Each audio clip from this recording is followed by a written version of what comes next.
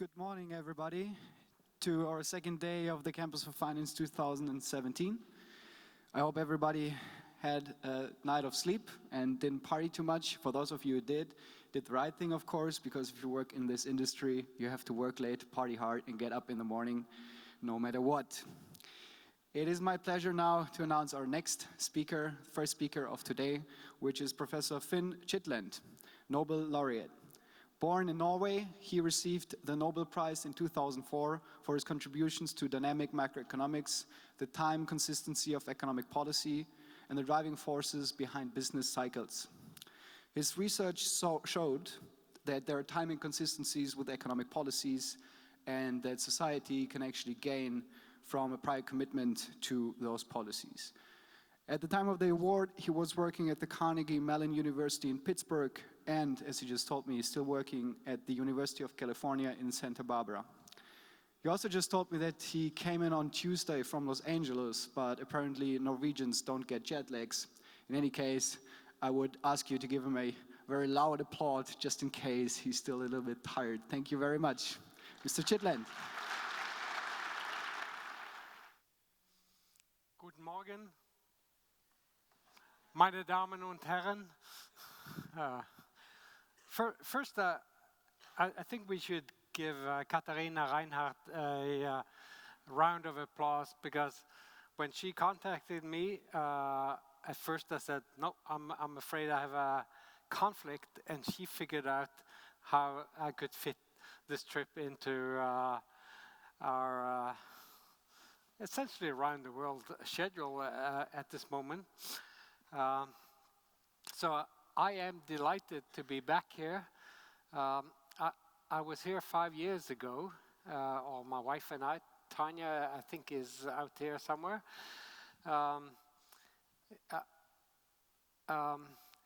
What I decided to talk about is a topic related to the introduction. I think it's this issue of time inconsistency. I didn't used to talk about, but then after 2008, I realized that's essential to much of what's going on. So let's see how it goes. So, let me start by showing you some pictures of what's going on in the world. One of my themes will be, I think there's a lot of an unprecedented amount of uncertainty about economic policy. That will be one of my themes, and I will use places in the world as examples. So let's start by looking at some charts for real GDP per capita. This is purchasing power parity adjusted. They're in 2005 dollars. The top picture, United States, you can think of as a benchmark for what could happen in various places in the world. But Canada, Australia are not far behind. Then I'm going to have a couple of collections of countries that are very different. These are 3 countries in East Asia. We have Korea, Japan, and Hong Kong. These countries have been doing very well in comparison with, here are 3 examples of Latin American countries. In particular, Mexico, Chile, and Argentina. I should say at the outset, this chart is not on proportional scale. So this is actual real dollars. And so this means that a given slope far down in the picture corresponds to a higher, much higher annual growth rate than the same slope higher up in the picture. But regardless, these slopes for the 3 Latin American countries, I could have chosen other ones, they're not very high.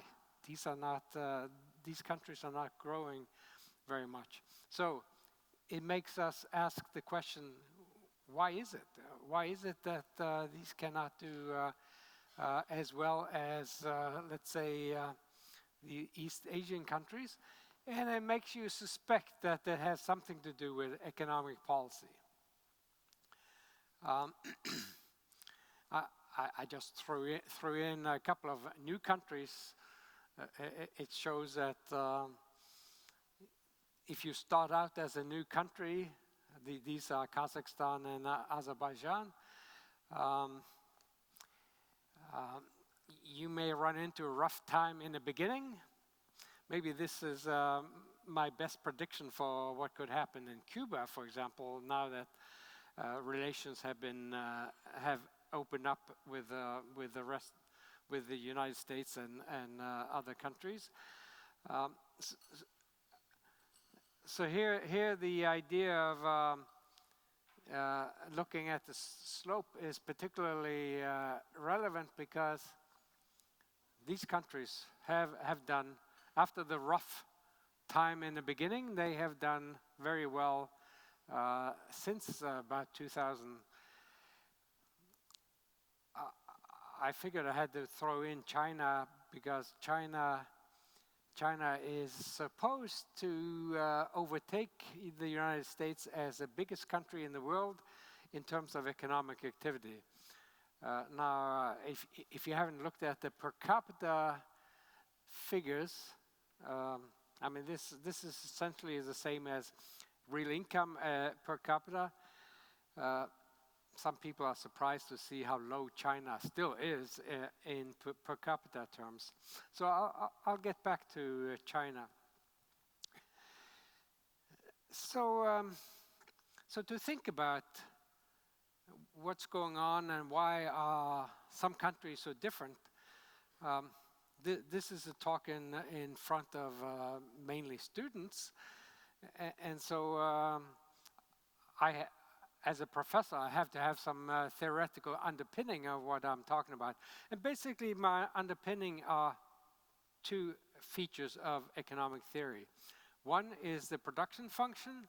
The production function is central to all of macroeconomic theory. There you go. So production function says that output, a nation's output, is a function of three things. The interaction of capital and labor, I mean workers working in factories, office buildings, and so on. That's the F of K and L.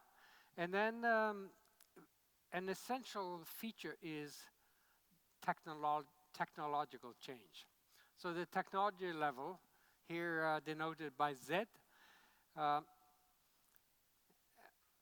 more or less output is proportional to the technology level. And so that's a very powerful driver of economic growth in nations. Now, from my perspective today, the main thing about this production function is that these factors that lead nations to grow fast or slowly, there are mostly decisions made in the private economy, and they're very forward-looking decisions. So you make a decision about building a factory or office building or whatever. This is a costly decision at the time it takes place, and the returns come over years, in some cases maybe a couple of decades into the future.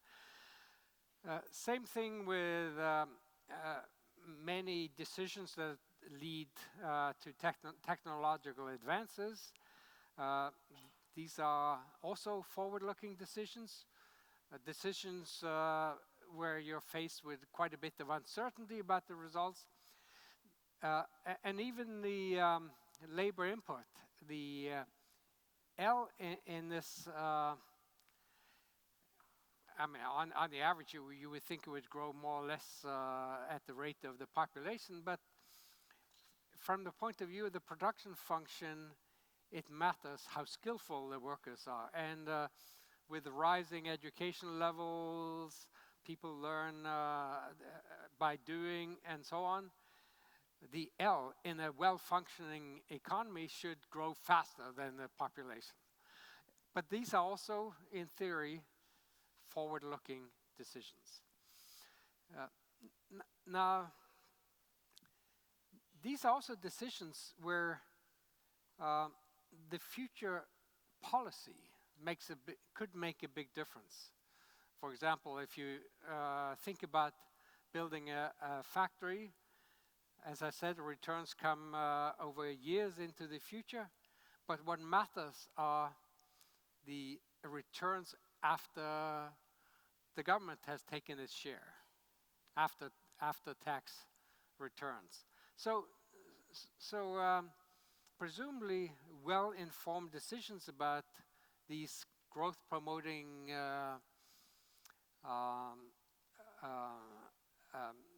decisions, they have to be, they should be informed by one's expectation of what the policy environment should be in the future. The tax environment, the regulatory environment, and so on. Decisions by governments that could play a big role in what these returns will be. And so if you have a great deal of confidence in your nation's politicians, that's obviously conducive to economic growth in the long run. And so that must have something to do with why some countries in my first picture grew consistently over time, much faster than others. Now, but unfortunately, as was mentioned in the introduction, there's a problem, and that is, suppose we think of economic policy over time being chosen optimally. I mean, that's a way of saying, well, let's think about choosing good economic policy. Good economic policy, because of the forward-lookingness of these important decisions, good economic policy must mean that the future portion of it takes into account the future portion of it, the effect future economic policy has on decisions earlier. I mean, basically what I said is what businesses and all the actors taking these decisions, the decisions taken today or this year are informed or affected by one's expectation of economic policy, not just this year, but many years into the future. So optimal policy would take into account the effect future policy has on earlier decisions. And it'd be nice if there was a way for governments to commit to that future policy, because otherwise you might not believe them in spite of their best intentions. So the problem is when that future comes, when it arrives, then there will always be a temptation to change policy. And some countries will not fall for that temptation, so those are countries that tend to do quite well. Other countries fall for that temptation, and they essentially what it means that policy becomes very short-term oriented, and that's bad for societies. And so that's my claim would be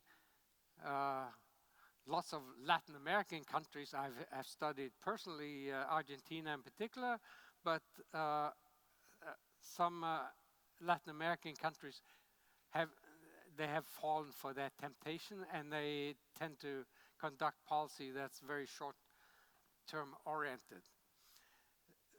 Now, so those are the two theoretically underpinnings: the production function and this problem facing market economies, this problem that good economic policy or optimal economic policy is inconsistent over time. There will be a temptation to, there will be a problem in some countries of maintaining good economic policy. So let me give you an example of a country where this commitment turned out to be very successful. I'm starting with a picture of, this is similar to the picture you saw before. This is for European countries. So here we have the United Kingdom, we have France, Germany, and I threw in a smaller country, Austria, moving along pretty similarly. Then I have three countries that haven't done quite as well. This is Spain, Italy, and Greece. And then I would like to add to those three countries a fourth country, and this is Ireland. As you can see, it pretty much followed the bottom three countries in this picture until 1990. Around 1990, Ireland decided to do the following. They said, well, if you're whether you're a foreign company or domestic company, if you set up shop in Ireland, these will be your tax rates. These will be your tax rates, not just in 1991, 92, 93, and so on, all the way to 2009. Ireland decided to make tax policy completely certain. No uncertainty about future taxes.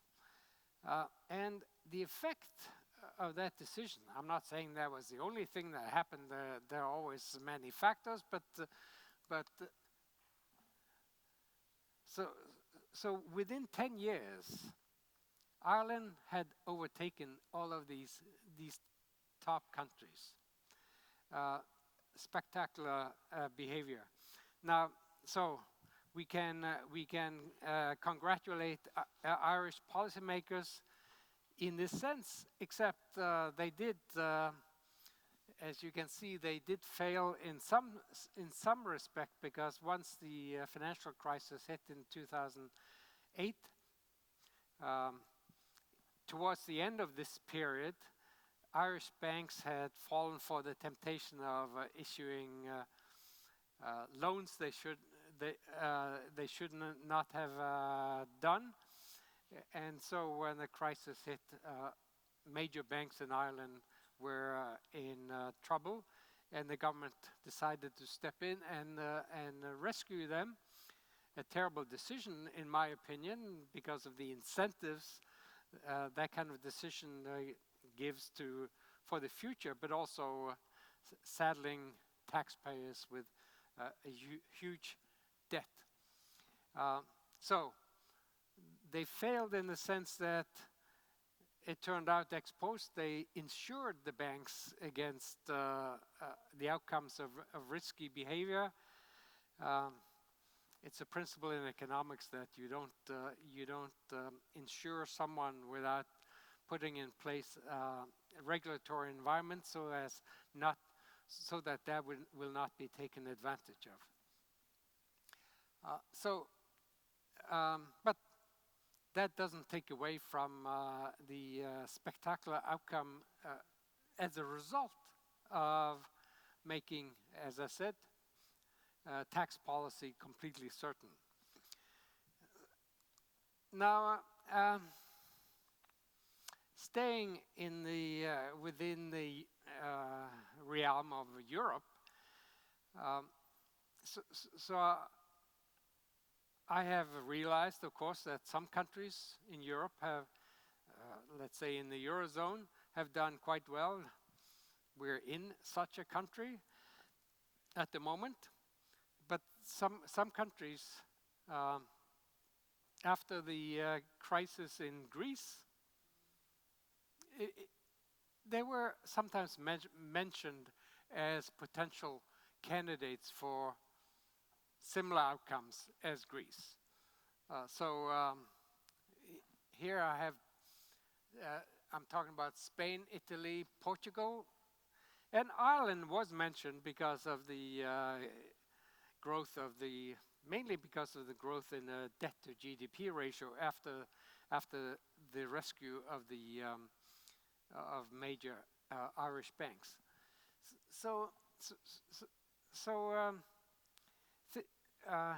Remembering the production function and what matters for economic growth, I became curious and I decided to look at measures of nations' productivity. These are pictures for what we call in economics total factor productivity. That's basically the Z in the production function, our best measure of the Z.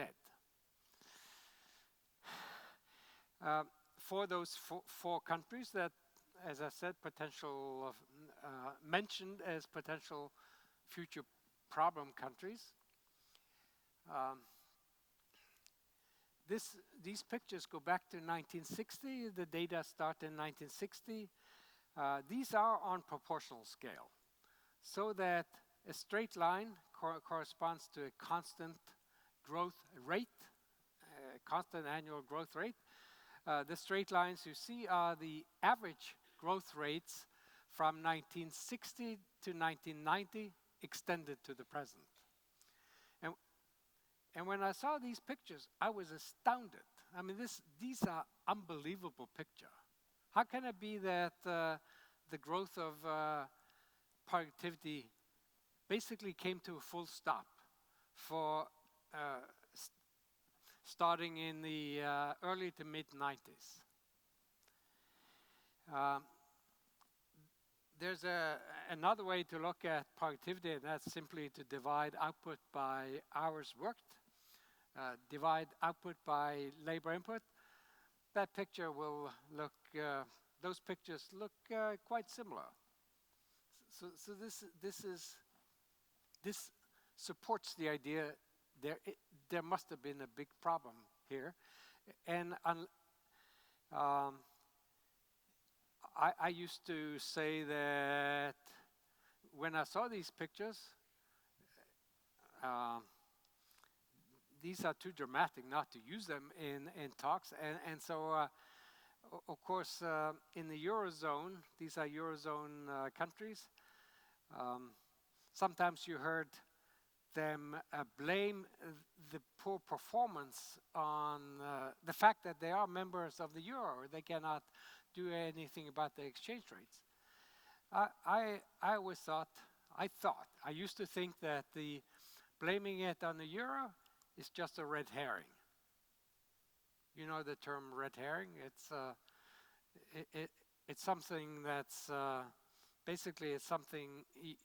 If there's a problem, you blame it on something that turns out not really to be the problem.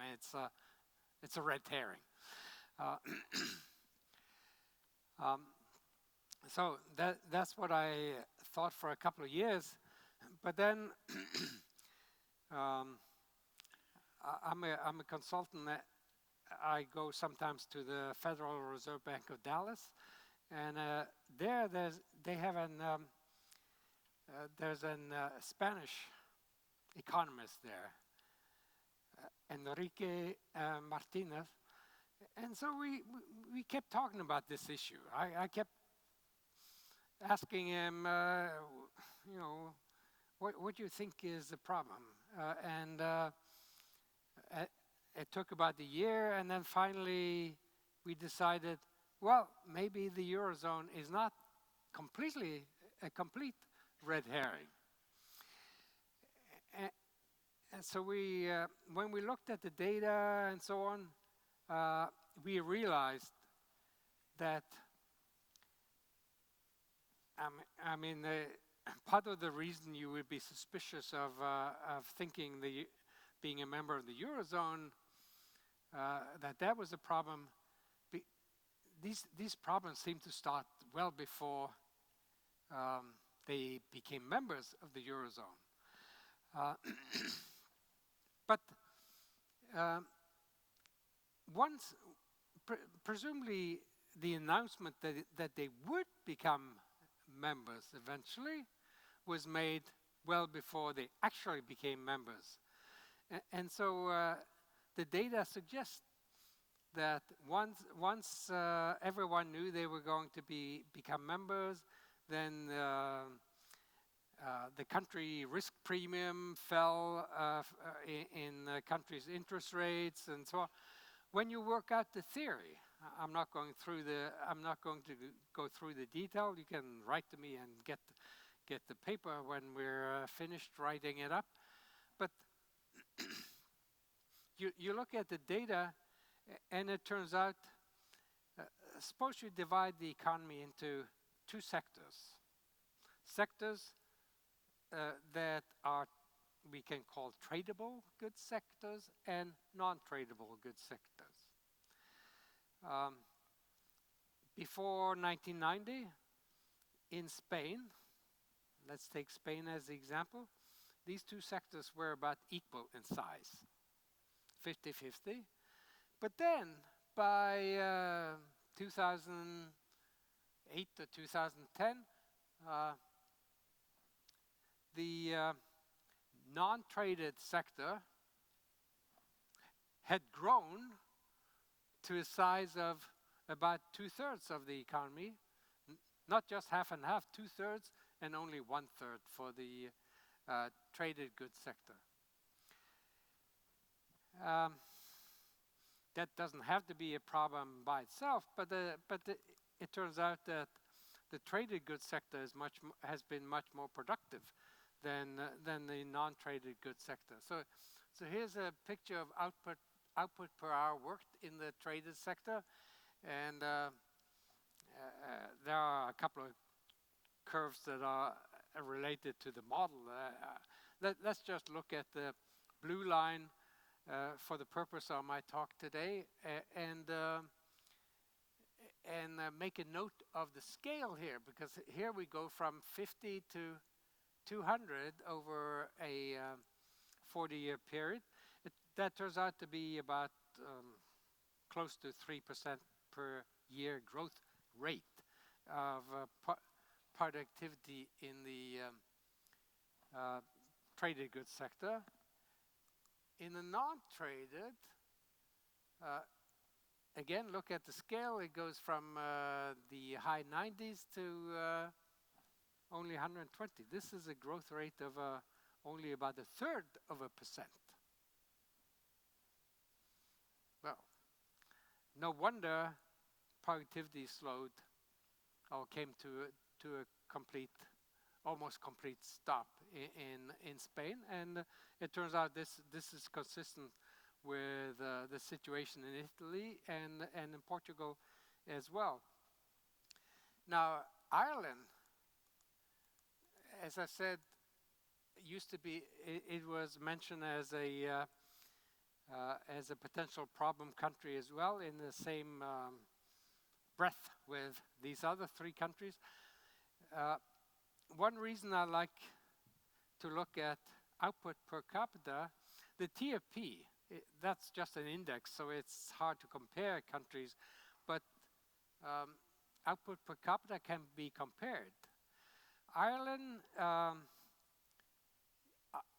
did slow down somewhat, as you can see in recent years, but even so, its output per capita is still 40 to 50% higher than these other three countries. And that tells me that Ireland, if they play their cards well, they're likely to be in good shape for the long run.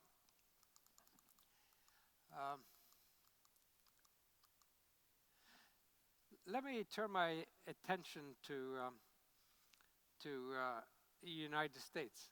So I was saying initially that one of my themes is, I think, uncertainty about economic policy, future economic policy, has risen to unprecedented levels compared to the past 40 or 50 years. The other thing that struck me is that what has happened in different parts of the world, and you already saw some of that, has been quite different across countries. So that it's hard to reconcile that with any other explanation than that economic policy must have been quite different. So I would like to end my talk talking about two major countries, the United States and China.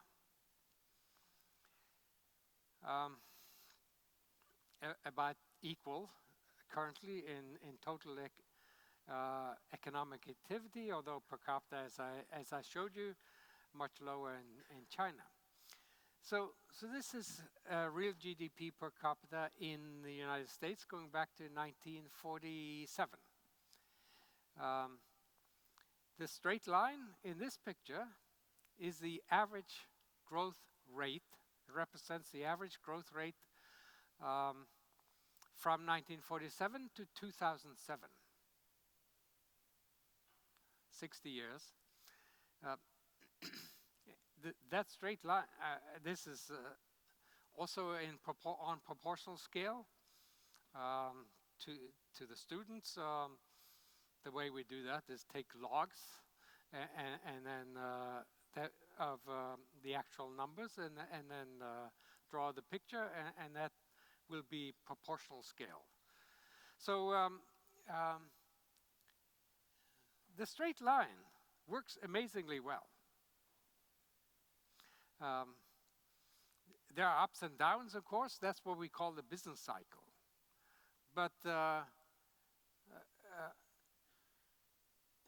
by and large, this straight line, constant growth rate line, works well over this 60-year period until 2008.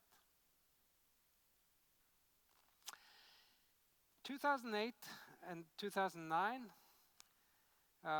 Well, let's focus on the more recent.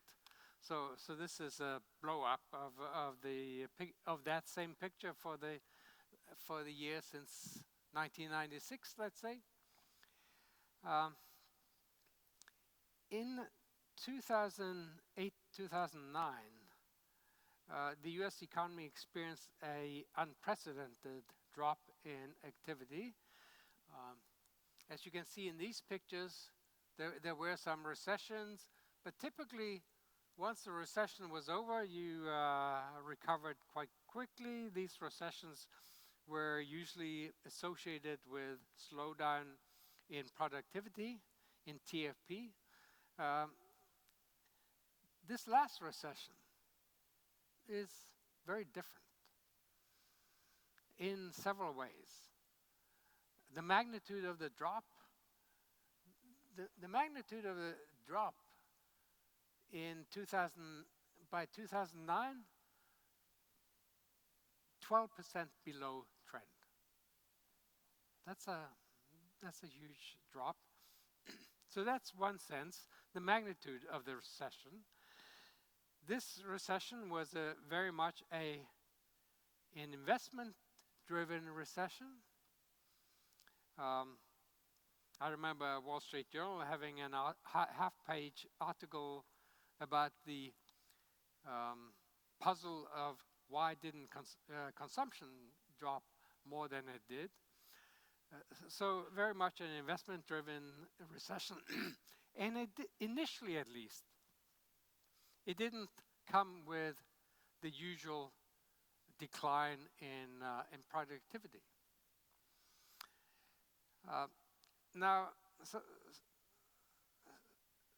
And the final thing is, we have not experienced the usual swift movement back towards the old trend. As you can see, we've been moving further and further away from the old trend. I told you about Enrique Martinez, who's at the Dallas Fed.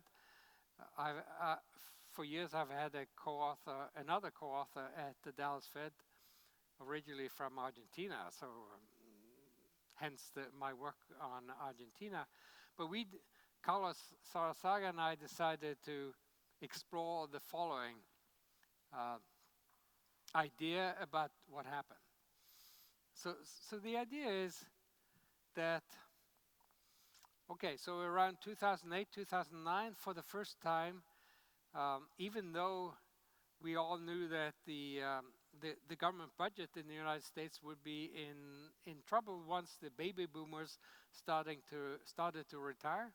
I had a student, for example, at Carnegie Mellon, PhD student, working on, motivated by that particular knowledge that eventually tax rates would have to rise in order to save the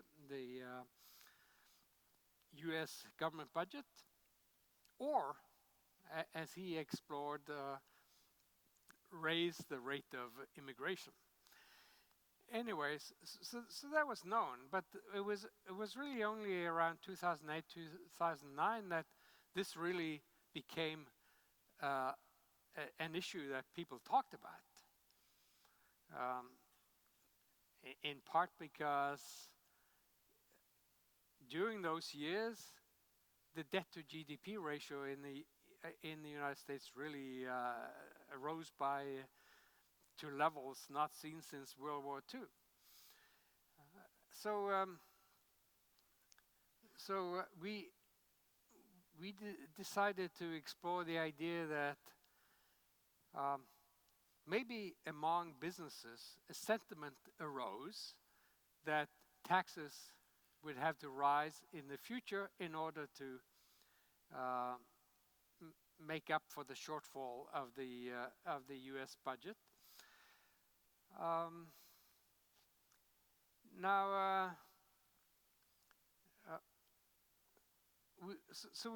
We set up a standard growth economy model and ran it, and then we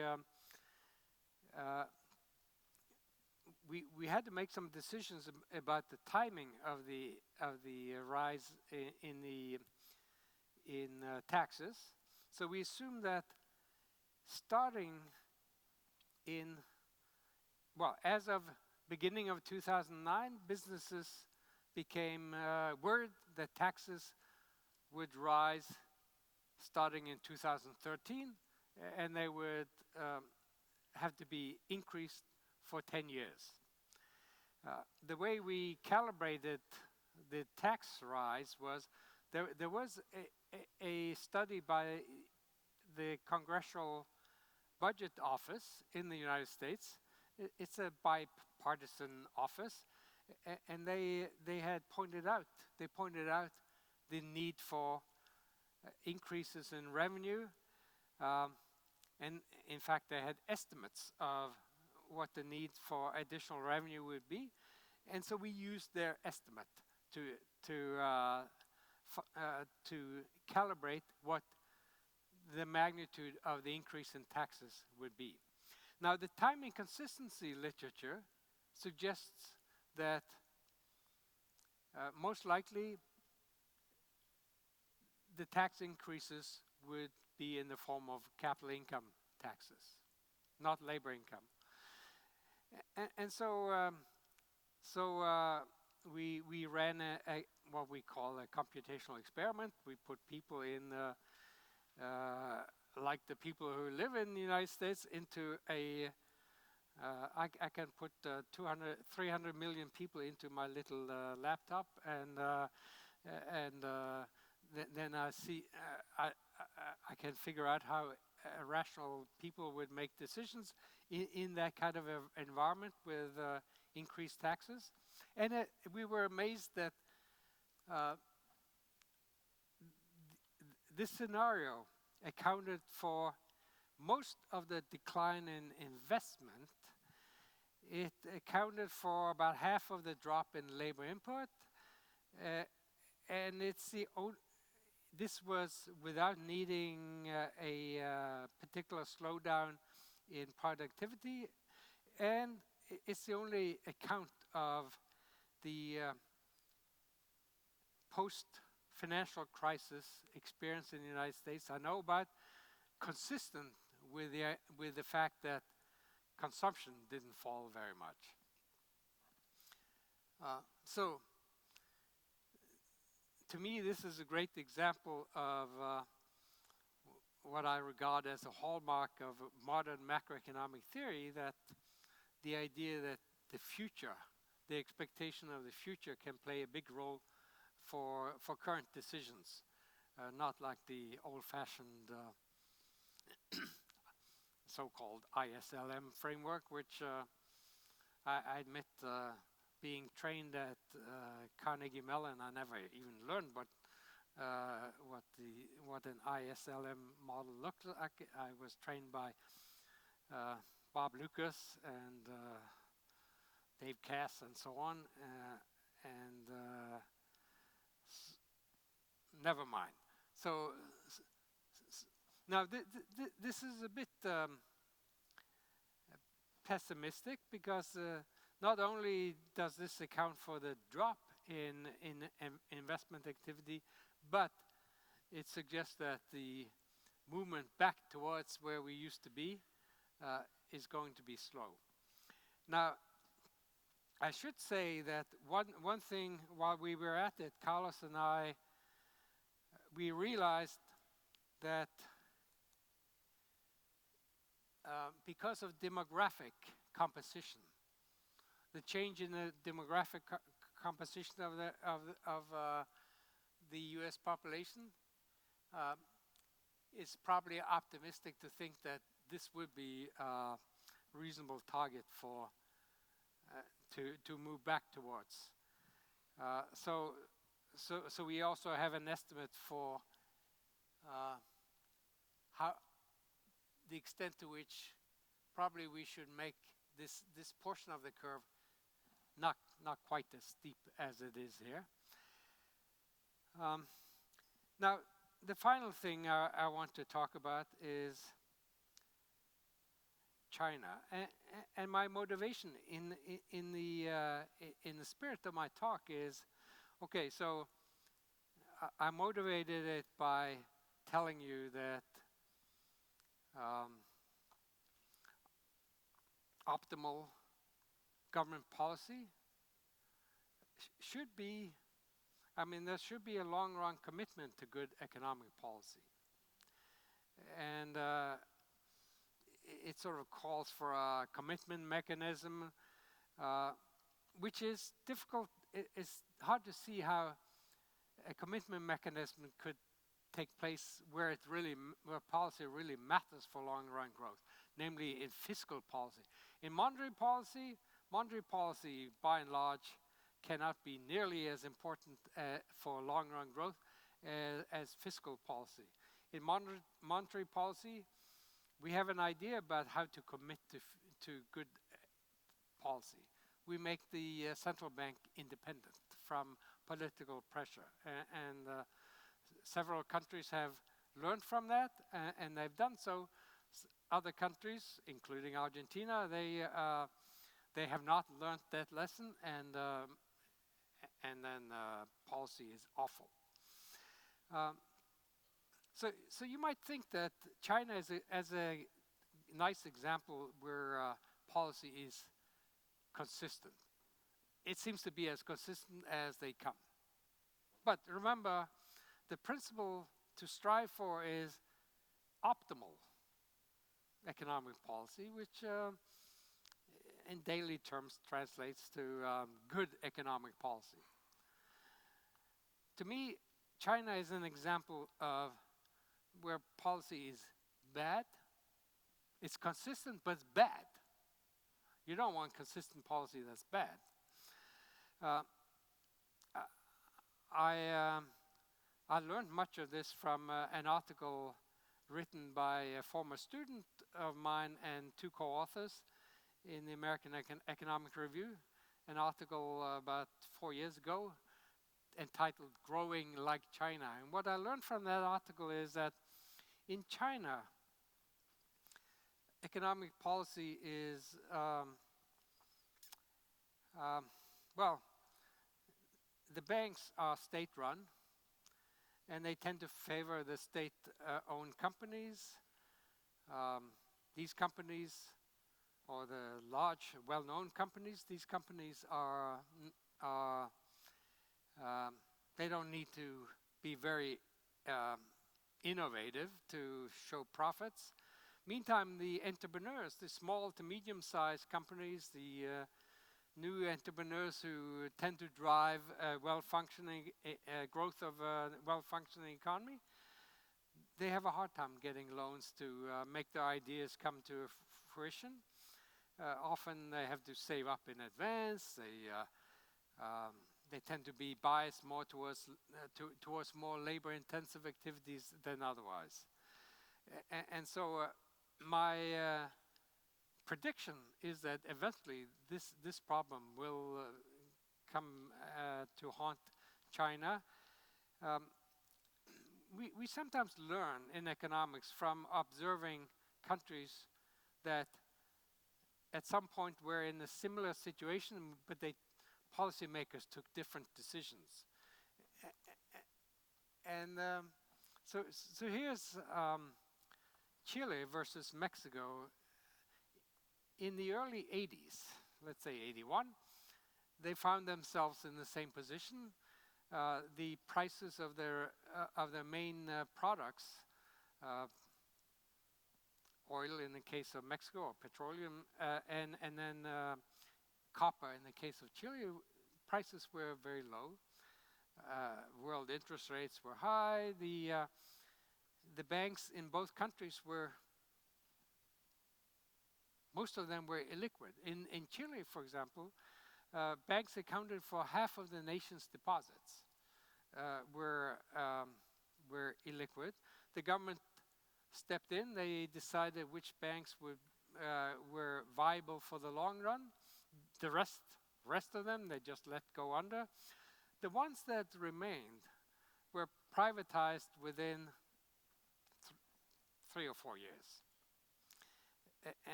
Now this did come at a heavy cost, because real GDP per working age person, basically the same as per capita, dropped by on the order of 20% in 2 years. But then the economy started growing. The banking system started functioning, market interest rates were quoted, and funds started flowing to the best users, as well as a well-functioning banking system can do. In Mexico, they didn't reprivatize the banking sector.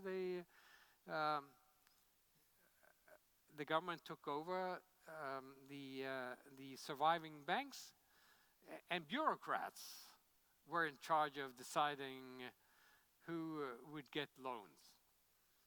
Now, if you think that government bureaucrats are the ones who know where the best projects are, you probably believe in Santa Claus. So Mexico did not grow for a couple of decades. Now, I think this is a lesson from which one can learn, and it's a lesson that China should take to heart. And so a prediction would be, unless China opens up for more competition in the financial sector or the banking sector, at some point they will be in great difficulty. Anyway, so my main message is that economic policy, and in particular lack of uncertainty. As much certainty about good economic policy can be very, very important.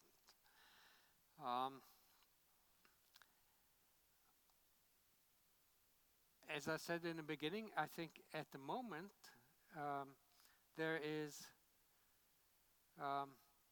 lots of uncertainty, more uncertainty than I think I've seen any time.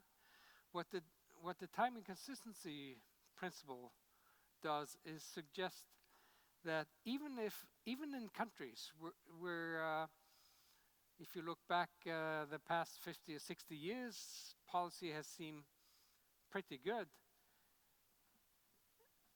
there's always this temptation, especially if the governments think they're in kind of an emergency situation, to deviate from the long-run good economic policy. So we don't quite know if they're going to stick to their guns or be tempted, and that's part of the temptation, part of the problem.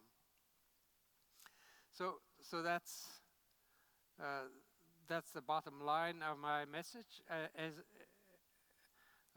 my wife particularly liked my comment that there's enough uncertainty in the world as is. We don't need more uncertainty about government economic policy. Thank you very much for listening. And I guess I can see that I'm out of time. So I guess I didn't plan very well in case there were questions, but who are the organizers? Do I have time to take a question or two, or? I am afraid that we will not have time for questions at this point because we have another speech starting. Okay. I like the fact though that you show the tradable, non-tradable goods sector in Spain, because it's a similar picture in Italy. So I'm half Italian. And Italians tell me, you Germans, you destroy our beloved Fiat. And I said, Carlo, you have to build the better cars. It's not my fault. Very good. Okay. Yeah. So thank you very much for giving this really interesting speech.